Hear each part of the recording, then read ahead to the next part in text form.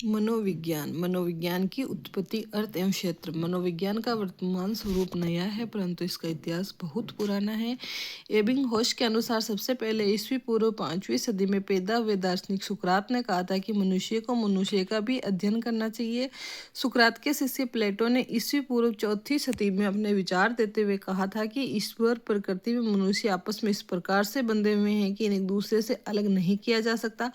प्लेटो ने ही अपनी पुस्तक रिपब्लिक में लिखा था, मनुष्य में आत्मा पाई जाती है और वे आत्मा के भावों से किसी परम सत्ता को ईश्वर मानता है। प्लेटो के शिष्य अरस्तु 384 ईसा पूर्व से 322 ईसा पूर्व ने दर्शन शास्त्र में आत्मा के अध्ययन की शुरुआत की और यही आत्मा का अध्ययन आगे चलकर आधुनिक मनोविज्ञान बना। इसलिए अरस्तु को मनोविज्ञान का जनक कहते हैं। काल्पनिक एकमात्र विद्वान है जिनका मानना है कि आत्मा की अवधारणा सबसे पहले प्लेटो के द्वारा दी गई थी, इसलिए मनोविज्ञान का वास्तविक जनक प्लेटो है। लगभग 2000 वर्षों तक अरस्तु ने के द्वारा दिए गए अध्ययन या दी गई विषय वस्तु के लोगों को पढ़ते आए हैं। पहली बार 16वीं सदी में 1590 ईस्वी के समय यूनानी दार्शनिक रुडोल्फ गोल्टले ने साइकोलॉजिया नामक पुस्तक लिखी, जिसमें इन्होंने आत्मा के अध्ययन के लिए साइकोलॉजी शब्द का प्रयोग किया। तब से आज तक मनोविज्ञान के लिए अंग्रेजी भाषा में साइकोलॉजी शब्द का प्रयोग किया जाता है। साइकोलॉजी शब्द साइकी प्लस लोगास से मिलकर बना है, जो मूलतः ग्रीक भाषा का शब्द है। यूनानी दार्शनिक देकार्ते 1596 से 1650 ईस्वी ने आत्मा के अध्ययन की विषय वस्तु को भौतिक शास्त्र में जोड़ने का प्रयास किया। तब लोगों ने इनका विरोध किया, विशेषकर हॉब्स, लॉक और कांट। स्पिनोजा वे प्रमुख दार्शनिक थे जिन्होंने कहा कि आत्मा का अध्ययन भौतिक शास्त्र में संभव नहीं है और सवाल पैदा हो गया, आत्मा क्या है, कैसी है, कहाँ है, और इन सवालों का जवाब नहीं मिलने के कारण यह अभिप्राय अमान्य हो गया। 17वीं सदी में इटली के दार्शनिक पोम्पोनोजी ने आत्मा के अध्ययन की विषय वस्तु का नया अभिप्राय दिया और मन मस्तिष्क का विज्ञान बताया। पोम्पोनोजी के विचारों का समर्थन हॉब्स, लॉक, कांट, स्पिनोजा आदि विद्वानों के द्वारा किया गया। 19वीं सदी आते आते यह अभिप्राय भी समाप्त होने लगा। इसके लिए कई प्रश्न पैदा हुआ, जैसे मन व मस्तिष्क में क्या अंतर है, मन कितने होते हैं, कौन से मन का अध्ययन किया जाता है। विलियम्स जेम्स ने 1870 में विचार दिया था कि चेतना ही जीवन है और जीवन ही चेतना है। इनके इसी विचार के आधार पर इसका नया अभिप्राय चेतना का विज्ञान बना और इस विचार का समर्थन विलियम वुंट, जेम्स ली, वाइव्स, टिचनर व चेडविक आदि ने किया और यही संरचनावादी कहलाए। जर्मनी के मनोवैज्ञानिक विलियम वुट ने 1879 ईस्वी में लिप्जिग नामक स्थान पर कार्ल मार्क्स विश्वविद्यालय में मनोविज्ञान की पहली प्रयोगशाला स्थापित की और प्रयोगात्मक मनोविज्ञान के जनक कहलाए। चेतना का विज्ञान अभिप्राय सबसे कम समय तक प्रचलित रहा और 1900 ईस्वी आते आते मात्र 30 वर्षों में समाप्त हो गया। इसके निम्न दो कारण थे। इंग्लैंड के विद्वान विलियम मैकडूगल ने 1900 ईस्वी में अपनी पुस्तक द आउटलाइन साइकोलॉजी मनोविज्ञान की अवधारणा में लिखा कि चेतना एक बुरा शब्द है और मनोविज्ञान का अर्थ चेतना के रूप में लगाना दुर्भाग्यपूर्ण है। 1900 ईस्वी में ही सिगमंड फ्राइड ने मनोविश्लेषणवाद का सिद्धांत दिया और एक बर्फ के टुकड़े का उदाहरण देते हुए समझाने का प्रयास किया कि जिस प्रकार से बर्फ के टुकड़े को पानी में डालने पर उसका अधिकतर भाग पानी में डूब जाता है और बहुत कम भाग बाहर नजर आता है, ठीक उसी प्रकार से चेतना का स्वरूप 3 प्रकार का होता है, जिसमें चेतन भाग केवल 10% और अर्धचेतन व अचेतन भाग 90% होता है। इन दोनों कारणों से यह अभिप्राय समाप्त हो गया। वर्तमान मनोविज्ञान में अर्धचेतन व अचेतन का अध्ययन किया जाता है। फ्राइड के कार्यों को मनोविज्ञान के क्षेत्र में स्थापित करने का श्रेय फ्राइड की पुत्री अन्ना फ्राइड और इनके शिष्य जुंग को जाता है। मनोविज्ञान का वर्तमान अभिप्राय 20वीं सदी के प्रारंभ में अमेरिकी विद्वान जे.बी. वॉटसन के द्वारा दिया गया, जिन्होंने मनोविज्ञान का अर्थ व्यवहार का सकारात्मक विज्ञान या अध्ययन कहा है। इनके द्वारा दिए गए इस अभिप्राय के आधार पर मनोविज्ञान को व्यवहार का अध्ययन कहते हैं। इसका समर्थन Thorndike, McDougall, Skinner, Kolesnik, Crow and Crow, Hull, Murphy, Boring, Munn, लिंगफेड आदि मनोवैज्ञानिकों के द्वारा किया गया तथा वुडवर्थ ने इसका समर्थन करते हुए अर्थयात्रा परिभाषा दी। मनोविज्ञान ने सबसे पहले अपनी आत्मा, फिर मन और फिर चेतना का त्याग किया। वर्तमान में ये व्यवहार के स्वरूप को अपनाता है। वॉटसन ने ही कहा था कि तुम मुझे एक बालक दो, मैं उसे शिक्षक, इंजीनियर, डॉक्टर, चोर, डाकू कुछ भी बना सकता हूँ। जे.बी. वॉटसन को व्यवहारवाद का जनक कहते हैं तथा इन्हीं को 20वीं सदी का चमकता सितारा मनोविज्ञान की संज्ञा दी जाती है। मनोविज्ञान की अवधारणाएं। जे.बी. वॉटसन मनोविज्ञान व्यवहार का सकारात्मक विज्ञान या अध्ययन है। वुडवर्थ मनोविज्ञान सामाजिक वातावरण में होने वाले मानव व्यवहार का अध्ययन है। मैकडूगल मनोविज्ञान मानव के आचरण एवं व्यवहार का यथार्थ विज्ञान है। बोरिंग मनोविज्ञान मानव प्रकृति का अध्ययन है। मर्फी, जीवित प्राणियों का सामाजिक वातावरण के साथ होने वाला व्यवहार ही मनोविज्ञान है। मनोविज्ञान सकारात्मक, धनात्मक, विधायक और अनुप्रयुक्त होता है। मनोविज्ञान कभी भी नियामक, अनुप्रयुक्त और आदर्शात्मक नहीं होता। शिक्षा शब्द का अर्थ प्रकाशित यानी परिमार्जन करने वाली क्रिया। सामान्यतः माना जाता है कि शिक्षा शब्द संस्कृत की शिक्ष धातु में अप्रत्यय लगने से बना है, जिसका अर्थ सीखने सिखाने की क्रिया होता है। परंतु वास्तविक अर्थ में देखा जाए तो शिक्षा शब्द की उत्पत्ति वैदिक काल में हुई। जब एक बालक गुरु के आश्रम में शिक्षा ग्रहण करने के लिए जाता था, तब गुरु उसके अज्ञान रूपी अंधकार को मिटाकर ज्ञान रूपी अंधकार देता था, जिससे उस बालक का व्यवहार प्रकाशमान या परिमार्जित होता। शिक्षा शब्द के विभिन्न अर्थ। सामान्य प्रचलित अर्थ है सीखने सिखाने की क्रिया। वास्तविक अर्थ है प्रकाशित या परिमार्जित करने वाली क्रिया। संकुचित अर्थ है किसी विद्यालय या महाविद्यालय में पढ़ना। इसका व्यापक अर्थ है जीवंत पर्यंत व्यक्ति प्रत्येक परिस्थिति में प्रत्येक स्थान पर सार्वभौमिक रूप से सीखता है।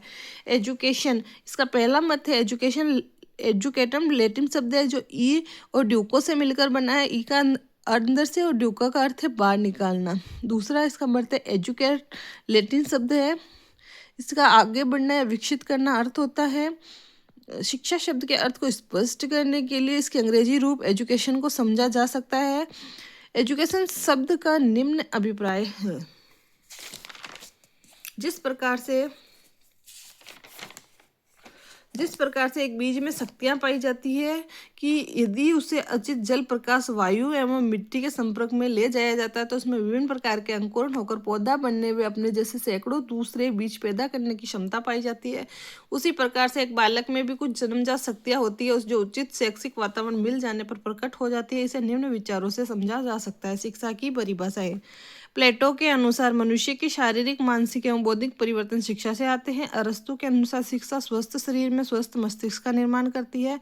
जॉन लॉक के अनुसार जिस प्रकार से फसल के लिए कृषि होती है उसी प्रकार से मनुष्य के लिए शिक्षा होती है। पेस्टालॉजी के अनुसार शिक्षा बालक की जन्मजात अभियोगिताओं का स्वाभाविक समरस एवं प्रगतिशील विकास करती है। फ्रोवेल के अनुसार शिक्षा बालक की आंतरिक शक्तियों को बाह्य शक्तियों का रूप देती है।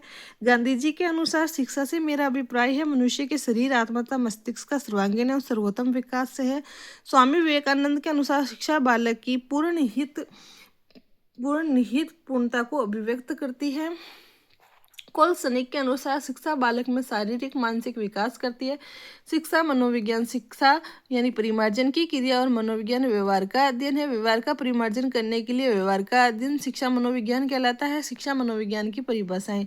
कोलसनिक के अनुसार शिक्षा मनोविज्ञान के प्रयोगों एवं सिद्धांतों का शिक्षा में अनुप्रयोग है। स्टीफन के अनुसार शिक्षा मनोविज्ञान बालक के क्रमबद्ध शैक्षिक विकास का अध्ययन है। स्किनर के अनुसार शिक्षा मनोविज्ञान की वह शाखा है जो शिक्षण व अधिगम से संबंधित है। क्रो के अनुसार शिक्षा मनोविज्ञान व्यक्ति के जन्म से लेकर वृद्धावस्था तक के अनुभवों का अध्ययन व व्याख्या है। शिक्षा मनोविज्ञान नियामक और विधायक होता है। शिक्षा मनोविज्ञान का विकास। शिक्षा मनोविज्ञान की उत्पत्ति 1900 ईस्वी में हुई। इसके जनक अमेरिकी विद्वान थॉर्नडाइक थे। 1890 की एक घटना से प्रभावित होकर थॉर्नडाइक ने 10 वर्षों के अथक प्रयासों के बाद शिक्षा मनोविज्ञान की रचना करने में सफलता प्राप्त की।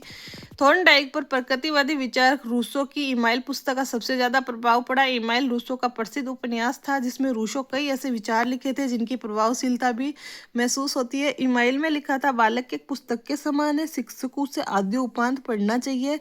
इनके इसी विचार के कारण रूसो को शिक्षा में मनोवैज्ञानिक दृष्टिकोण लाने का श्रेय जाता है। इस पुस्तक में रूसो ने लिखा था बालिका को चार दीवारी के अंदर वे जबकि बालक को बाह्य सामाजिक वातावरण की शिक्षा से जोड़ना चाहिए। इमाइल में ही इस प्रकार के विचार प्राप्त होता है कि प्रारंभिक शिक्षा बालक बालिकाओं को साथ साथ माध्यमिक शिक्षा अलग अलग एवं स्नातक की शिक्षा साथ साथ दी जानी चाहिए। शिक्षा मनोविज्ञान के माध्यम से शिक्षक प्रशिक्षण की शुरुआत सबसे पहले 1900 ईस्वी में अमेरिका से हुई, जिसके लिए सबसे महत्वपूर्ण कार्य अमेरिकी शिक्षा शास्त्री जॉन डेवी के द्वारा किया गया। भारत देश में शिक्षण प्रशिक्षण की शुरुआत 1920 ईस्वी में हुई। बाल विकास। 17वीं सदी में पहले बालक के विकास को लेकर विश्व में किसी प्रकार की कोई विचारधारा नहीं थे। पहली बार 1628 ईस्वी में यूरोपियन विद्वान कोमेनियंस ने बाल शिक्षा को लेकर स्कूल ऑफ इन्फेंसी शिशु पाठशाला शुरुआत की और लगभग 29 वर्षों तक प्रयास करने के बाद 1657 ईस्वी में इनके द्वारा 2 चित्रमय पुस्तकें रची गई, जिनमें वर्णमालों को समझाने के लिए प्रत्येक वर्ण के साथ किसी चित्र का उपयोग किया गया और ये परंपरा आज तक कायम है। 18वीं सदी में जर्मनी के विद्वान पेस्टालोजी ने 1774 ईस्वी में अपने स्वयं के 3.5 वर्षीय पुत्र के विकास को ध्यान में रखते हुए बेबी बायोग्राफी नामक लेख लिखा, विभिन्न पत्र पत्रिकाओं में प्रकाशित करवाया। इनके लेख का प्रभाव जर्मनी के ही बच्चों के डॉक्टर टाइडमैन पर पड़ा, जिन्होंने चिकित्सा के क्षेत्र में बालक के विकास के अध्ययन को गति प्रदान की। 19वीं सदी में श्रीमती विक्टोरिया हरलॉक ने पहली बार कहा था कि एक बालक का विकास गर्भावस्था से ही प्रारंभ हो जाता है। इनके विचारों से बाल मनोविज्ञान बाल विकास बना। विक्टोरिया हरलॉक ने भारतीय परिवेश से अभिमन्यु और सुखदेव मुनि और भक्त प्रहलाद की कहानियों को अपने अध्ययन में सम्मिलित किया। अमेरिकी विद्वान स्टैनले हॉल ने 1893 ईस्वी में बाल विकास आंदोलन शुरू किया तथा बाल अध्ययन सोसाइटी का गठन किया। इन्हें बाल विकास आंदोलन का जनक कहा जाता है। एक बालक की गर्भावस्था से लेकर जन्म के बाद की विभिन्न अवस्थाओं में होने वाले विकास का अध्ययन बाल विकास कहलाता है। बर्फ के अनुसार जन्म से पूर्व की अवस्था से लेकर जन्म के बाद परिपक्वता की अवस्था तक होने वाले परिवर्तनों का अध्ययन बाल विकास है। क्रो एंड क्रो गर्भकाल से लेकर जन्म के बाद किशोरावस्था तक होने वाले विकास के अध्ययन को बाल विकास कहते हैं। एक बालक का जन्म उस बालक का विकास मूल रूप से वंशक्रम और वातावरण का परिणाम होता है। वुडवर्थ के अनुसार बालक का विकास उसके वंशक्रम एवं वातावरण का गुणनफल होता है। विकास बराबर वंशक्रम गुणा वातावरण। माता पिता के माध्यम से संतानों में उनके पूर्वजों के जो गुण आ जाते हैं वे वंशक्रम को दर्शाता है। वुडवर्थ के अनुसार एक बालक में जन्म के 9 माह पूर्व गर्भाधारण के समय जो गुण मौजूद होते हैं उसे ही वंशक्रम कहते हैं। वंशक्रम के अनुसार जीवन की शुरुआत माता में 46 गुणसूत्र होते हैं जो जनन कोष और मातृकोष अर्धकोशिका और 23 गुणसूत्र आते हैं। पिता में भी 46 गुणसूत्र होते हैं जिनसे जाइगोट बनता है। जाइगोट का आकार सुई की नोक के बराबर होता है। ये पूर्ण कोशिका होती है या संयुक्त कोशिका होती है। इससे जीवन का प्रारंभ होता है। सर्वप्रथम गर्भाधारण के समय माता और पिता की ओर से 23 गुणसूत्रों वाले संरचना जिसे जनन कोष अर्धकोशिका कहते हैं संयोग करती है। माता की ओर से आने वाली इस अर्धकोशिका को मातृकोष व पिता की ओर से आने वाली अर्धकोशिका को पितृकोष कहते हैं जो संयुक्त कोष का निर्माण करती है। संयुक्त कोष जाइगोट कहलाता है।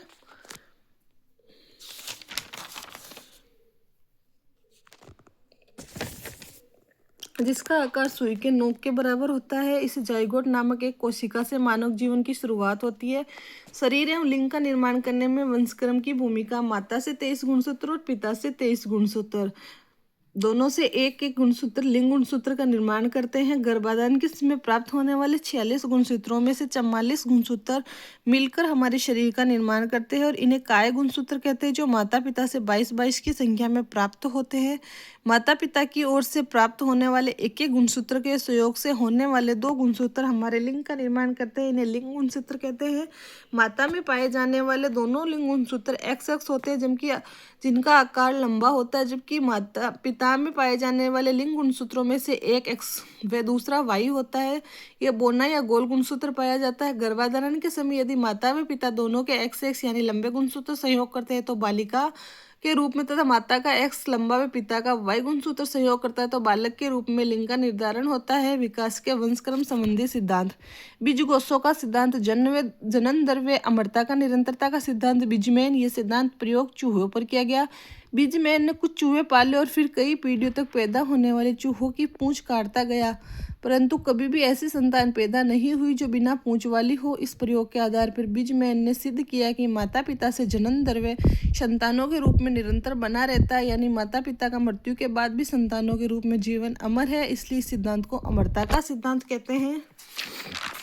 अर्जित गुणों के संक्रमण का सिद्धांत लेमार्क ने जिराफ की गर्दन पर प्रयोग करते हुए सिद्ध किया कि पहले जिराफ की गर्दन ऊंट के समान ही लंबी होती थी, परंतु जिराफ के द्वारा इसका बार बार उपयोग किए जाने के कारण इसकी लंबाई धीरे धीरे बढ़ने लगी और वर्तमान समय में जिराफ की संतानों की लंबी गर्दन जन्मजात रूप से होने लगी। इसलिए इसी प्रकार समाज में माता पिता जिस किसी व्यवसाय की विशेष उन्नति को प्राप्त करते हुए कुछ विशेष गुण अपने आप में पैदा कर लेते हैं, ये गुण उनकी संतानों में भी संक्रमित हो जाते हैं।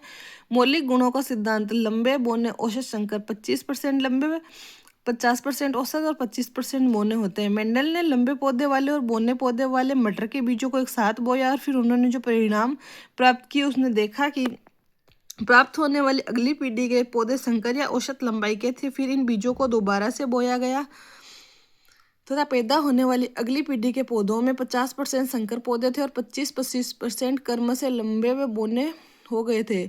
और जब बच्चे 50% संकर बीजों को तीसरी बार बोया गया तब आधे लंबे व आधे बोने हो गए, एक भी संकर नहीं बचा। इस प्रयोग के आधार पर मेंडल ने सिद्ध किया कि प्रत्येक प्राणी में तीसरी पीढ़ी आते आते उनके जन्मजात मौलिक गुण वापिस प्रकट हो जाते हैं। जैसे नानी के गुण नातिन में, दादा के गुण पोते में आ जाते हैं। समान प्रतिमान का सिद्धांत।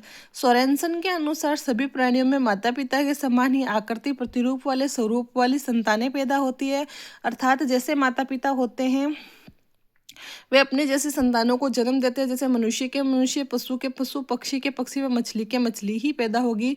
विपरीत गुणों का प्रत्यागमन का सिद्धांत। कभी कभी संतानों में माता पिता से ठीक विपरीत गुण प्रकट हो जाते हैं। सोरेनसन ने भी इस विचार का समर्थन किया है। कभी कभी शारीरिक व मानसिक विशेषताओं में या फिर व्यवहार में संतानें माता पिता से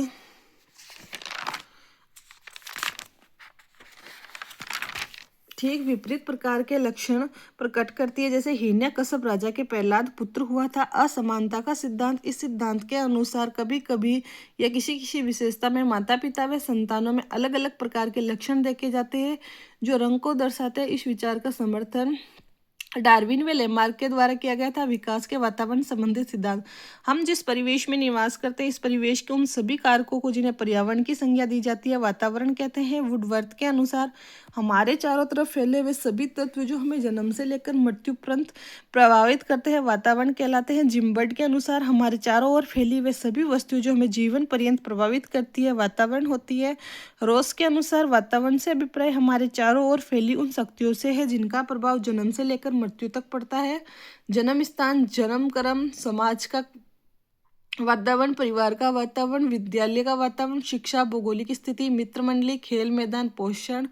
ओके बाय फ्रेंड्स, कल हम अभिवृद्धि और विकास के बारे में जानेंगे। अगर आपको साइकोलॉजी के वीडियो पसंद आ रहे हैं तो please like, share and subscribe.